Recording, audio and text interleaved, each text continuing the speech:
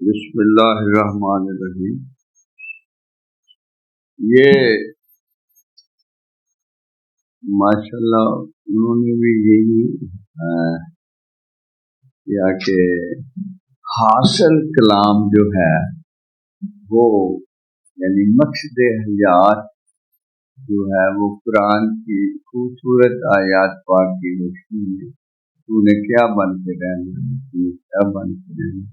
علی حجویری بھی اسی کی ہی تفسیر کرتے، قرآن کے پیغام کو ہی اپنے عطا کرتا فہم و ادراک جو اللہ پاک نے ان کے سینے پہ اتارا، تو انہوں نے کل کہا تھا اپنے رفیقوں کو عالم ملکوت کے موتی بخشتا ہے، پھر عالم جبروت کے راز بخشتا ہے، پھر عالم لاہوت کے بخشتا ہے۔ تو وہ یعنی بخشے ہوئے وجودوں کو آگے پھر ترغیب دیتا ہے کہ ان کو پبلک کے لیے لکھ دو کہ طالب علموں کے لیے سامان مل جائے گا اور بے خبروں کے لیے خبر مل جائے گا۔ یعنی کتاب کا فائدہ کیا ہوتا ہے کہ جو اس راستے کے راہی ہوتے ہیں انہیں ایک مل جاتی ہے سند کہ واقعی وہ بھی اسی طرح گزرے ہیں، لہٰذا میں بھی انہی راہوں پہ چلتا ہے۔ آپ نے ماشاءاللہ بہت زبردست لکھا ہوا ہے، وہ سارا پڑھاؤں تو پھر ابھی تک شاید ابتدائیہ بھی نہیں ختم ہو سکتا، اتنا انہوں نے خوبصورت لکھا ہوا۔ تو میں اس میں سے پھر چون لیتا ہوں۔ ہم نے پڑھا تھا پہلے دیباچہ کہ حمد کیسے ایک عارف وجود اللہ کی حمد کیسے کرتے، یہی پڑھا تھا۔ تو آپ فرماتے ہیں کہ میں نے اس کتاب کا نام کشف المحجوب رکھا۔ مراد یہ کہ جو کچھ کتاب میں ہے اس کی ترجمانی اس کی کتاب کا نام ظاہر کر دے، یعنی کشف المحجوب رکھتے کہ حجابات کے اٹھانے والی، یعنی مجھے نام یہ رکھا اور یہ بھی استخارہ کر کے رکھا، استخارہ میں کیا نام ملا ہے وہ رکھا، اور معنی اس کا نام پڑھتے ہی بندے کو پتہ چل جائے کہ حجابات اٹھانے والی کتاب۔ واضح رہے کہ مقربین بارگاہ کے سوا عوام حقیقت آشنائی سے ہمیشہ حجاب میں ہوتے ہیں۔ یعنی کیوں میں نے یہ کتاب لکھی کہ اللہ والوں کے علاوہ کثرت سے عوام جو ہیں وہ حجاب میں ہوتے ہیں اور محض بے خبر، کیونکہ یہ کتاب جہاں راہ حق میں ہے اور کلمات تحقیق کی شرح اور کشف حجاب شریعت کے موجب ہے، اسی لیے اس کتاب کا نام اس کے سوا اور کوئی موضوع نہ تھا، اور در حقیقت کشف محجوب کے لیے ہلاکت ہے، یعنی در حقیقت کشف محجوب کے لیے ہلاکت ہے کہ جو حجاب میں ہے اس کے لیے کشف ہی سہارا ہے، اگر کشف نہیں ہوگا تو اس کے حجاب کھلیں گے نہیں۔ تو لہٰذا میں نے اس کا نام کشف المحجوب رکھا تاکہ حجابات کے کھولنے والی چیز بن جائے اور اس راستے کے راہیوں کے لیے ایک سند بنتی جائے کہ واقعی یہی تعلیمات صالح ہیں۔